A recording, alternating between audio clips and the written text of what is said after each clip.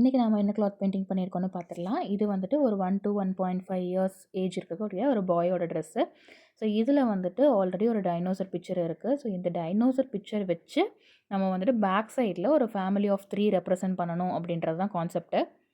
And இதில் மற்ற requirements என்னென்னா, ட்ரெஸ்ஸுக்கு ஆல்ட்ரேஷன் இருக்குது. அதனால வந்துட்டு பெயிண்டிங் பண்ணதுக்கப்புறம் தான் ஆல்ட்ரு பண்ண போகிறாங்க. ஸோ அதுக்கான கேப்ஸ் எல்லாம் கொடுத்துட்டு தான் நம்ம பெயிண்ட் பண்ண போகிறோம்.